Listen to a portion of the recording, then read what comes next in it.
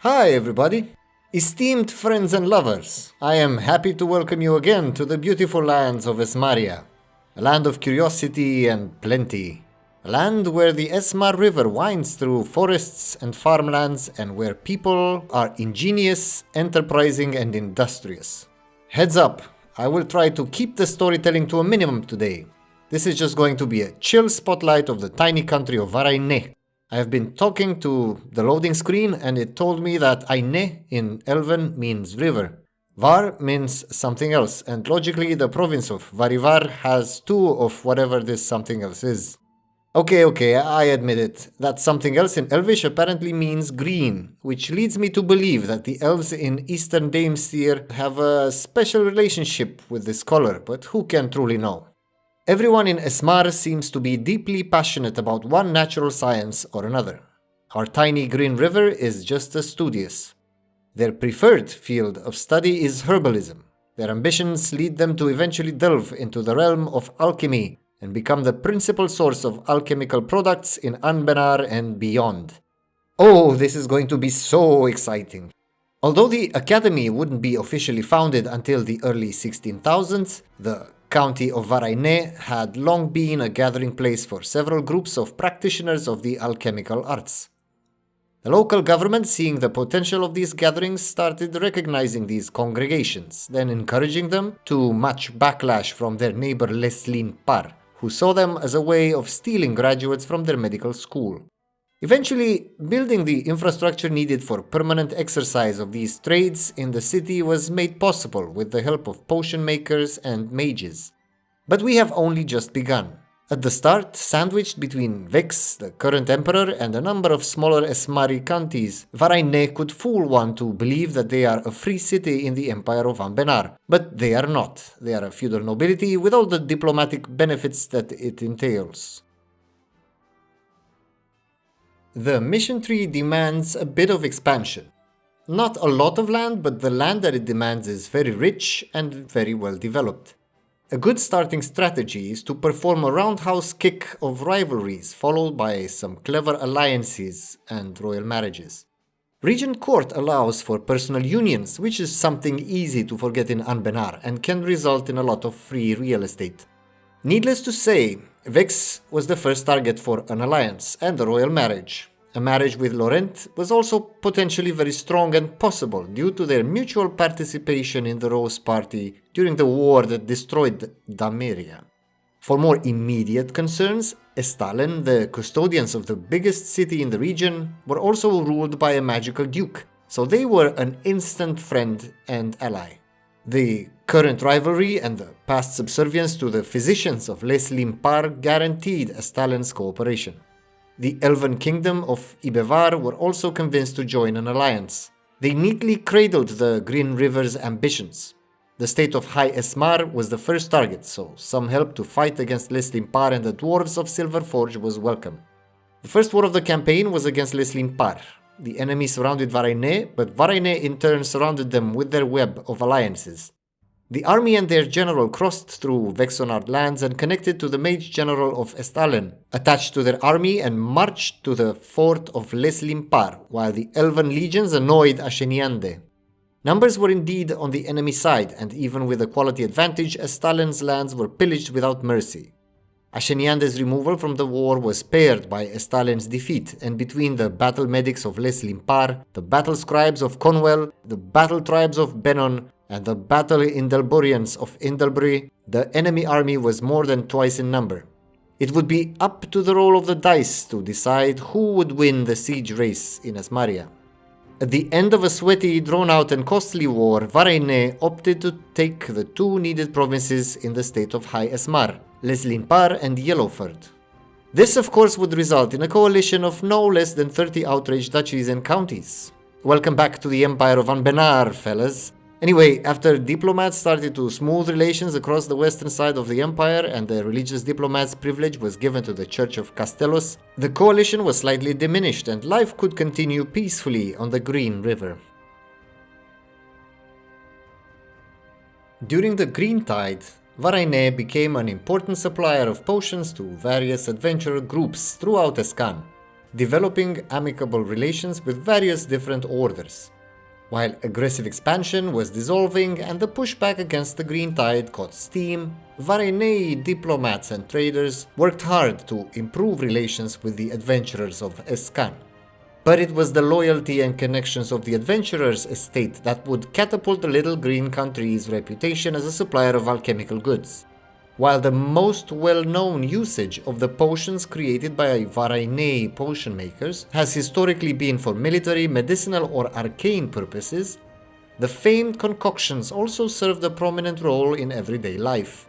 Virility tonics, for example, became a very popular product amongst the nobility due to their life-affirming and reproductive benefits for both lords and ladies. Somewhat related, Varainé's barges in the infamous river parties, while not as bombastic as some of their neighbors, were filled to the brim with adventurous partygoers, eager to try out the various stimulating effects of the tonics on sale. For most of history, potions have been extremely hard to craft, with it requiring an incredibly skilled alchemist to produce them at anywhere near a reasonable rate. However, recent breakthroughs have allowed for far easier potion production. Potion sales have gone through the roof. As such, bottles became an increasingly demanded product too. This was a great boon for the production income of the province of Varaine itself, which just happened to be a glass manufacturing center in Anbennar. Yet pretty soon after the opening of the potion market, a diamond district was opened, replacing glass with gems as the major resource. Was that bad? Varaine needs glass. Well, bottles weren't everything though. Reagents were the stuff that made magical potions what they were. Varainé's most distinguishing natural feature was, without a doubt, its namesake in the Elven tongue, the Green River. A stretch of the larger Logrodaine River, a tributary of the Esmar, the Green River has attracted all sorts of groups throughout history, from the original Elven settlements in the region to the posterior definitive development of Varaine proper by the Esmarian kingdom. What drew both of these groups and more to settling in the region was both the reason for the river's distinctive color and its main utility, sulfur. As a result of the volcanic activity of Mount Havoral in the day of ashen skies, Varaine became home to all sorts of volcanic chemicals, mostly sulfides, that besides giving the river its faint green-yellow coloring, also served as the basis of several important Varaine industries, such as the production of fertilizers, glassware, gunpowder, pharmaceuticals, beauty products, and alchemicals. The ideas of the little county are quite unfocused. They begin with 10% development reduction and +1 diplomatic reputation in their traditions, perfect for tall play in the empire, but not particularly large bonuses. The 10% idea reduction bonus is decent too and quite early in the list. They also see a 20% discount on mercenary cost, which is so-and-so. Plus 0.5 yearly prestige and 25% chance of heir is kind of a waste of an idea, but serves as proof that their fertility potions are effective. 10% production efficiency is quite valuable in an area like Esmaria, where expensive resources abound. Their fifth idea, pluralism and syncretism, grants +2 tolerance of heretics, which is quite useful in calming down the spirits during the Corrinite Reformation period, but it's more valuable for a white type of play. The Alchemical Exploration Core grants 25% faster envoy travel and Alchemist Estate loyalty equilibrium. I tend to favor bonuses that increase speed in various contexts, and faster envoy time is also part of this bonus group, so I like it whether I play tall or wide, even if it's quite circumstantial. The final idea grants 10% landfire damage, which is a fairly strong military bonus later in the game, and closes the idea set together with a 10% faster manpower recovery ambition. The second war for the unification of High Esmar was almost as brutal as the first. But the dwarves of Silverforge and their little allies were much more exposed, and the conquest of their incomplete hold was done. The Mage Estate did great work aiding constructions and restoring the province after damage suffered in war. With the complete state under control, the Count of Varainé sent a deal to the Lords of Vexkeep for purchase of the one province in de jure Esmaria, which was under their direct control. Even if Vex lost emperorship to Verne, war against them was unthinkable, so the Count proposed a price of 200 ducats for the province of Embergarden. Being a relatively poor farmland province, they took the money and agreed. They might have also promised some top-shelf virility potions for them to agree so easily, but we will never know for sure. A more sneaky move was done during the Third War. This time, Asheniande was the main target, but secretly Leslimpar was the actual goal. Stalin was given all of Leslimpar's provinces save for a couple, and Varainé then forced Leslimpar into being a vassal. This was a great way to mitigate aggressive expansion, for the cores that were gifted away were soon recovered with the use of favors. Asheniande had to pay with its dignity and not their lands this time. Aggressive expansion was as high as it could be manageable, and further conquests would be risky. Yet despite the conflicts, life in Varainé looked good. Humans, elves and dwarves were free to move, travel and work together, intermingling and learning from each other to the benefit of the county on the Logrodaine. Long before it existed as a county, alchemists and herbalists had gathered around the margins of the Green River to share knowledge of alchemy and potion crafting. With developments such as the green tide and increasing importance of chemicals, the potential represented by these congregations became clear, and properly recognizing and supporting them will surely help boost Varainé's prosperity. Taking advantage of the cooperation between different races, the rich sulfur deposits in the river, charcoal from the forests and the chemical expertise of its scholars allowed Varainé to be at the forefront of military technology. While the rest of Cannor was just beginning to experiment with the use of gunpowder weapons, in South Esmaria the first cannons were deployed, decades ahead of their competition. These cannons would see action at the confluence of the Logrodaine and Esmar during the conquest of the Benon Hills. At this point, Laurent was happy to participate on the side of Varainé, so the war was a cakewalk. On the border between the Dame's Head and Esmaria, Telgeir city was one of the richest and most industrially developed cities in Anbennar. So breaking up the remnants of the Van Burian duchy and vassalizing them for future reconquests made perfect sense in terms of further mitigating aggressive expansion. A small coalition could not stop the river parties, but the conquest of Benon Hill was still far from complete. Ter's Havorton province and the free city of Giberd were proudly standing in the way. To not have the chance of joining the growing coalition, Asheniande had to be attacked and finally annexed. The Ashfields area, controlled by the creepy Sylvivin family, were not particularly rich, but were perfect testing grounds for advanced fertilizers developed by Varaine chemists. But oh my, look at the clock. It's coalition time. Except for the First War, all of the conquests were done with Goddess Minara looking over the local pantheon for 5% aggressive expansion reduction, and with the Age of Green Tide ability specific to the princes in Cannor that gives further 25%. But such is the life in the Empire. On the one hand, aggressive expansion is greatly reduced in the First Age, but on the other, the temptation is to be as aggressive as possible to take advantage of it.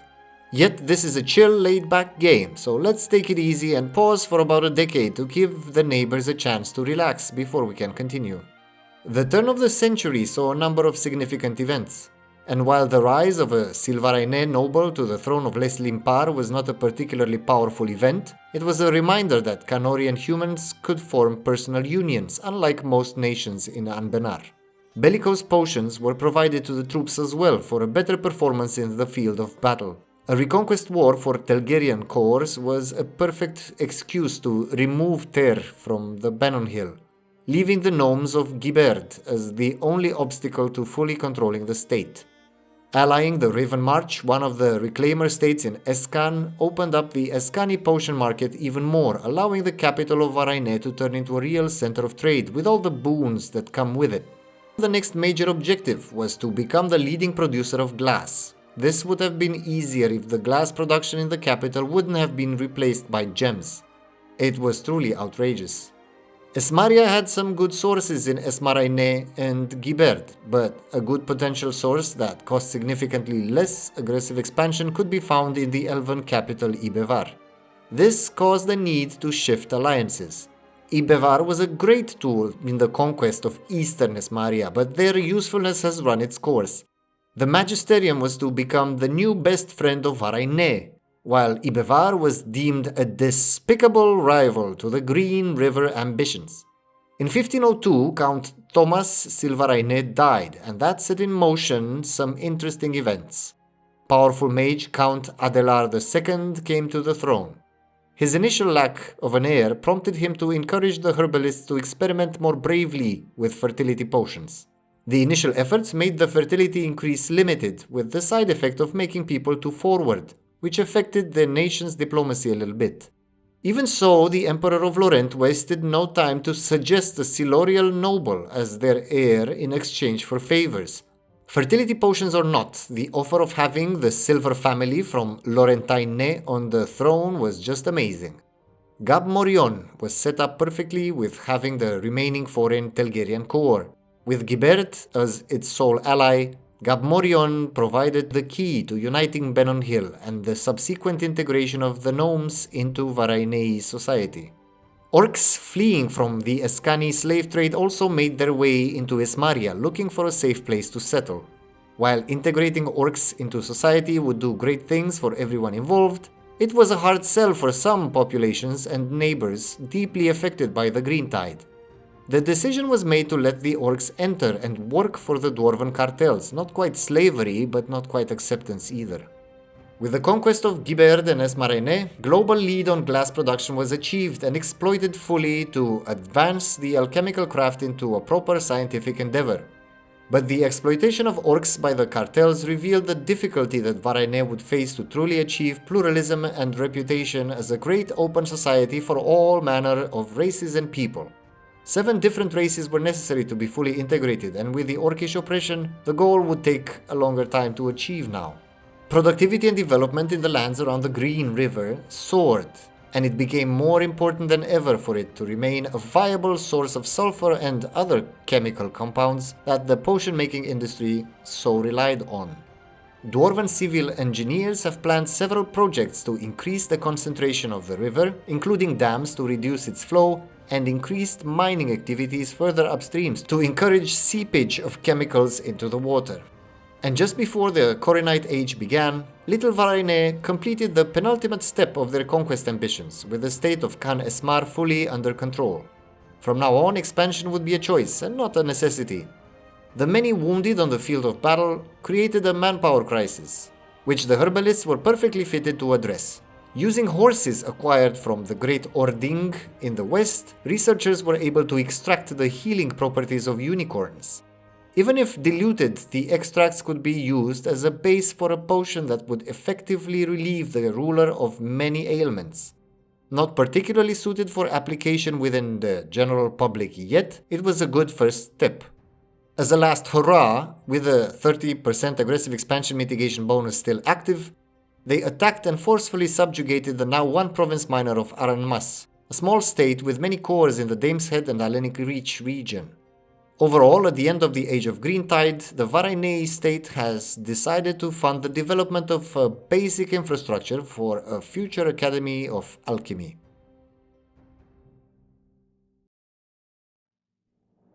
With the conquests in Esmaria more or less over, and with the Crimson Deluge ravaging Canor, Varaine begrudgingly accepted the Corrinite Creed. The Rianalar coastline was necessary for building a large number of ships to expand the horizons of the state to other continents and create more opportunities to obtain new and exotic ingredients to experiment with. Diplomats traveled far and wide to improve relations in North Sarhal and Bulvar. To the herbalist's surprise, the Jadari were incredibly successful in Far Salahad and now formed a massive empire of their own.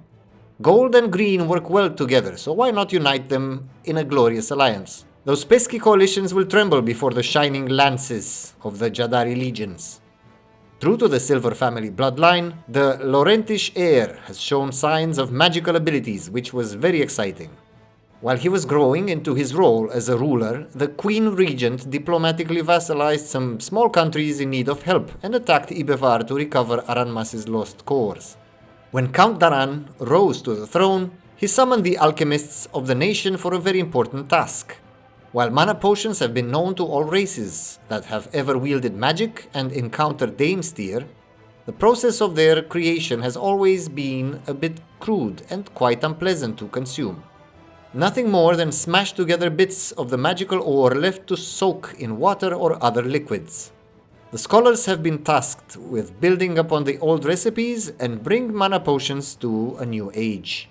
With no incentive to expand their lands themselves, Varainé looked to their vassals' missions for ideas.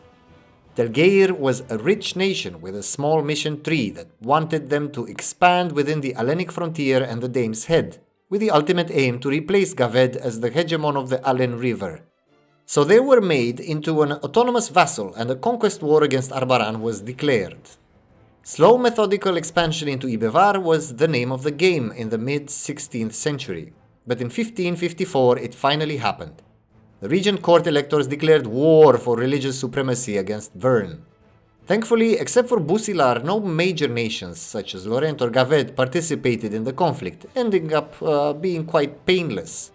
In the end, Verne would eventually be victorious. After the war has finished, supremacy of the Corrinite creed and shifting religions saw many traditional elector dukes lose their titles. Fortunately, one elector title was given to Varainé's neighbor Teamoine. Another sneaky war against their ally would allow Varainé to vassalize them and usurp the title through diplomatic means and good relations with Verne. Yet diplomatic power plays were never a priority for the Green River Herbalists. Development and expansion through diplomacy while hoping to integrate various humanoid species within the states and its society were the truly important tasks. The complete conquest of Ibevar was a secondary fun activity for sport and profit. Also, reconquest wars for the cores of various little nations who were unjustly bullied by their neighbors such as Ourdia and Ovdaltungr. The next major step of the adventure was the rise of the Global Trade Institution, which was the main requirement for the most important mission in Varainé's arsenal. For centuries, alchemy and potion making have been present in Varainé, in larger or smaller scales, due to mostly the presence of the Green River. However, as the 16th century came about, Varainé improved upon these crafts, turning them from mere curiosities into proper tools for the nation and its people. And now, alchemy was almost ever present in Varainé life. Potions of various kinds were used extensively by commoners and nobles. Chemical compounds boosted all aspects of their economy, and commerce of ingredients and finished products have turned the once bucolic town of Varainé into a bustling city, while this meteoric growth of alchemy and by consequence Varainé could not be assigned to a single factor. It was undeniable that the Varainé government's support of the Alchemists was instrumental for the nation to reach the heights it did. And now, as demand for potions soared and opportunities to develop new potions started to reveal themselves, the need for an institution to foster the research of alchemy and properly train the future generations of alchemists became clear. To this end, the Varainé government built the Academy of Alchemy, Potioncraft and Herbalism, the foremost research and training institution of the alchemical sciences in all of Halan. This institution, as well as representing the overwhelming importance of these sciences in Varainé society, also opened the doors to even more advanced and large-scale usage of potions. Following its construction, the alchemists started organizing themselves as a political entity, going from disparate producers into a largely organized political group, thus opening the doors to many wide-scale projects, which were previously impossible. We never talked about the Artificer Estate until now, so what better chance to do it? The Alchemist's Estate is essentially a custom Artificer Estate, available earlier and with a liquid twist to it. Any standard nation can unlock the Artificer Estate after embracing the manufacturer's institution. These guys aim to control magic with technological means and are in direct ideological conflict with the Mage's Estate. They bring two major mechanics to the game when they become available. One is the unlocking of the War Artificer's special infantry units, who benefit from increased fire damage at the expense of reduced drill gain. These are very powerful in the late game, but are quite expensive to recruit and are limited in numbers. Artificer armies should be the main battle force in wars starting the Middle Age of Witch Kings for any country that can afford them. The other major mechanic is represented by the Artificer inventions. For these to be made available, they must be researched using a neat little button in the estate's menu. When initiating a research, a choice is given between three branches depending on the type of artificer organization. Research lasts for a number of years, and when it is complete, a new privilege will be made available. The inventions are more or less randomly discovered from a huge list of possible ones. The list is, of course, linked in the description of the video. Many of the inventions are generic, but many are conditioned by racial administration, culture, religion, the spawned institutions, etc.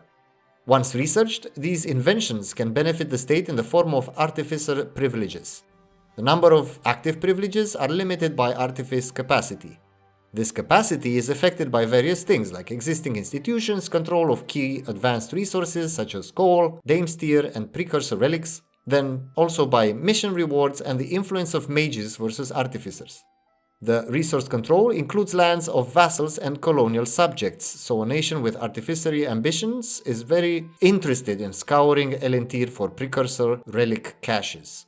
A great source of artifice capacity can also be found in Hales. If any controlled province contains a Halesi temple, Korashi drills can be employed to destroy the temples and set up precursor relics in their respective provinces, for increased artifice capacity at the cost of a privileged slot. Beware though, having more artifice upkeep than capacity will result in a massive 10% all mana cost penalty, so keep an eye out for shifting numbers caused by influence of the two estates. Artificers have three types of organization privileges. International Gomo, which is the most disloyal version but can research inventions very fast. The State Artificers, which are the most loyal but research slower and in a more directed manner. And the third are the Independent Unions, of which I know nothing. Some of my favorite inventions include the self-cleaning parchment that grants some extra 2.5% administrative efficiency, and the living mirrors, which grant -2 national unrest and +2 max promoted cultures. There are many inventions that affect many aspects, and just as many military ones that grant generic bonuses occasionally, but mostly focus on improving the War Artificer special units in powerful ways. The Alchemists estate is not simply a cosmetic change. They are available earlier, sure, but they also get a set of extra privileges in the form of the various potions that they invent and perfect. The first potions that are available are Fertility, Mana, and Medicinal. Fertility potions increase manpower recovery speed and chance of a new heir. Medicinal potions increase army morale, speed, recovery, and monarch lifespan, while Mana potions increase mage estate loyalty and magic study experience by 25%.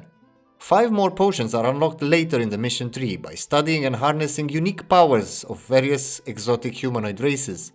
The power of trolls is harnessed through troll skin potions for fire and shock damage mitigations.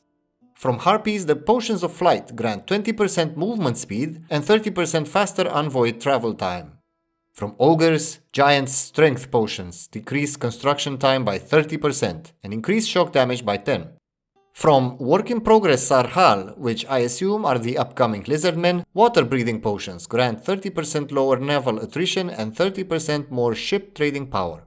Finally, from the kobolds, fire breathing potions grant 10% land fire damage and some minor prestige decay mitigation. To help gather enough artifice capacity before the advent of manufactories, Varaine is granted a great tool in the Alchemical Exploration Core Tier 1 government reform. This unique government, alongside the envoy travel time and extra diplomats and maximum diplomatic relations, grants increased artifice capacity based on the number of allies and subjects, with a bigger bonus from those not present on the home continent. Alright, time to wrap this up. After the establishment of the Academy, the mission tree split again into several branches focused on the development and exploitation of the Green River, on making friends around the world and developing new potions, and on collecting various non-human races and integrating them. I love collecting stuff, so it was a perfect relaxed experience, like rowing a boat in a lazy delta.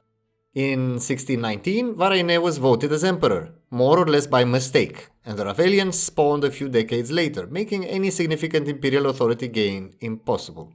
This was the moment when I realized that if I cared about empire politics and worked towards revoking the privilegia fast, this would have been supremely powerful and synergistic with a unique post-academy government. Exploration and colonization would have also been a great help, but I have done none of that. As a fun side activity, I chose to help Telgeir complete their mission tree, which required massive conquests in the north. These wars were the source of the later amazing discovery Autonomous vassals accrue aggressive expansion instead of their liege. I was never aware of this. This had so much potential. Outraged nations can also establish coalitions against an autonomous vassal, which is very dangerous, but when the conquests are done and the subject is turned into a regular vassal, these coalitions cease to exist, and all that aggressive expansion is then stored by the subject nation. Sadly, the Throne of Gaved mission from Telgeir's arsenal only grants permanent claims in the Hellenic frontier when they are subject, and not a restoration CB against the Kingdom of Gaved, which was a shame. I decided to conquer all those claims just out of spite. Telgeir themselves are a great military subjects with ideas that grant them shock damage mitigation, fire damage dealt and infantry combat ability, all discounted and with cheaper military technology cost. The Vambury muskets and Telgerian armor plates are something to behold in the field.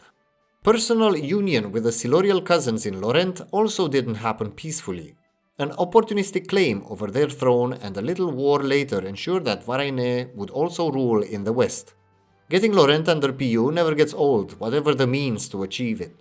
The mission tree has a few separate threads with fun, permanent bonuses and boons, but arguably the real final reward is the development of an ultimate potion. To nobody's surprise, this potion grants the gift of immortality to the ruler. Decisions during the ultimate potion chain can also turn them into a witch king, but not a proper lich, so be wary of that.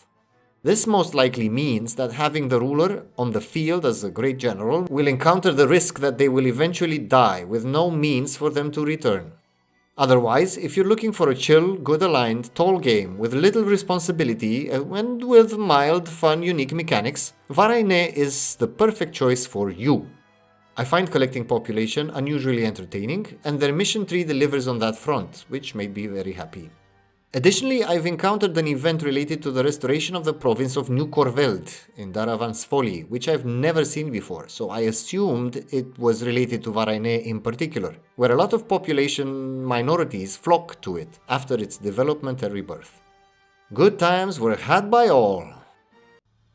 How could we part ways without thanking the kind Patreons and YouTube members?